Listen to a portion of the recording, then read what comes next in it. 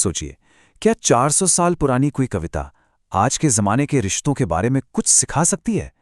सुनने में थोड़ा अजीब लगता है ना? पर आज के इस विश्लेषण में हम जॉन डन की एक क्लासिक कविता को देखेंगे, एक तरह से मॉडर्न लव के लिए एक गाइड के तौर पर। ये एक ऐसा सवाल है जो हम सबके जहन में कभी ना कभी तो आता ही है, और कमाल की बात यह है कि जॉन डन की ये कविता शायद इसका जवाब देने की कोशिश करती है। तो चलिए इस कविता की गहराइयों में उतरते हैं और देखते हैं कि भाई एक परछाई हमें प्यार के बारे में आखिर क्या सिखा सकती है। अच्छा, अब इस कविता की गहराई तक पहुंचने के लिए ना हमें पहले एक छोटा सा टूल किट चाहिए होगा। समझिए कि हम डन की दुनिया में कदम रख रहे हैं, और वो मेटाफिजिकल कविता के भाई उस्ताद माने जाते थे। डन जो हैं वो मेटाफिजिकल कॉन्सीट का खूब इस्तेमाल करते थे। अब ये है क्या? ये एक ऐसा साहित्यिक तरीका है जिसमें दो बिल्कुल अलग अलग चीज़ों की तुलना करके एक नया गहरा मतलब निकाला जाता है। ये सिर्फ एक मामूली सी तुलना नहीं है, नहीं, ये अपने आप में एक पूरा तर्क होता है। और इस कविता में डन का जो मेन कंसीट है वो यही है। वो एक पूरे रिश्ते के उतार चढ़ाव को एक दिन में सूरज की यात्रा से जोड़ देते हैं। सोचिए, सुबह से दोपहर और फिर शाम तक। ये कमाल का तरीका है ये दिखाने का कि कैसे बिल्कुल साधारण चीजों में भी कितने गहरे राज छिपे हो सकते हैं। तो चलिए कविता की इस यात्रा को शुरू करते हैं, और शुरुआत भी वहीं से होती है जहां से एक रिश्ता शुरू होता है, यानी सुबह के साथ, जब परछाइयां लंबी होती हैं। डन लिखते हैं कि जब उनका प्यार शैशव में था, मतलब बिल्कुल शुरुआती दौर में, तो परछाइयां और भेस उन्हीं से पैदा होते थे। लेकिन सवाल ये है कि आखिर ये परछाइयां थी क्या? और सबसे दिलचस्प बात पता है क्या है? ये सुबह वाली परछाइयां नेगेटिव नहीं हैं, बल्कि ये तो जरूरी हैं। ये एक ढाल की तरह काम करती हैं, जो उस नए नए प्यार को बाहरी दुनिया की नजरों से बचाती हैं। ये वो सावधानियां हैं, वो छोटे मोटे पर्दे हैं जो एक नए रिश्ते को महफूज रखते हैं, और जैसे जैसे प्यार मजबूत होता है ये खुद ब खुद गायब हो जाती हैं। ठीक है, तो अब सुबह से कहानी पहुंचती है दोपहर पर।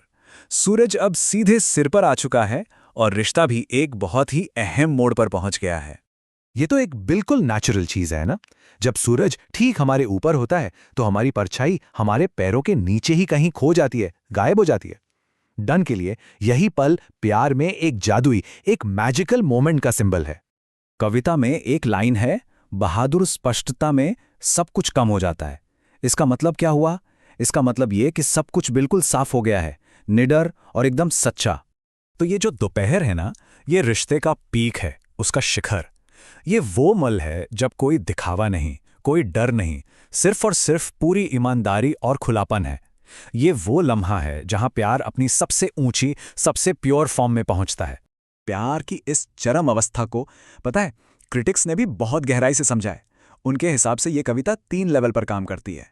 एक तो है शाब्दिक, मतलब फिजिकल परछाइयां। दूसरा है रूपक, यानी जो दिखावा होता है।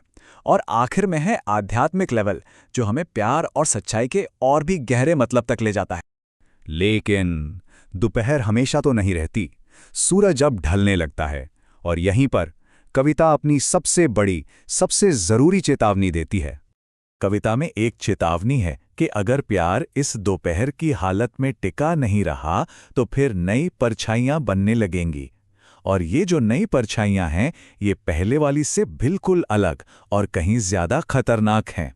ये नई परछाइयां बाहर की नहीं हैं, ये अंदर से आती हैं। ये शक की, झूठ की, धोखे की परछाइयां हैं जो प्रेमी एक दूसरे के मन में पैदा करने लगते हैं।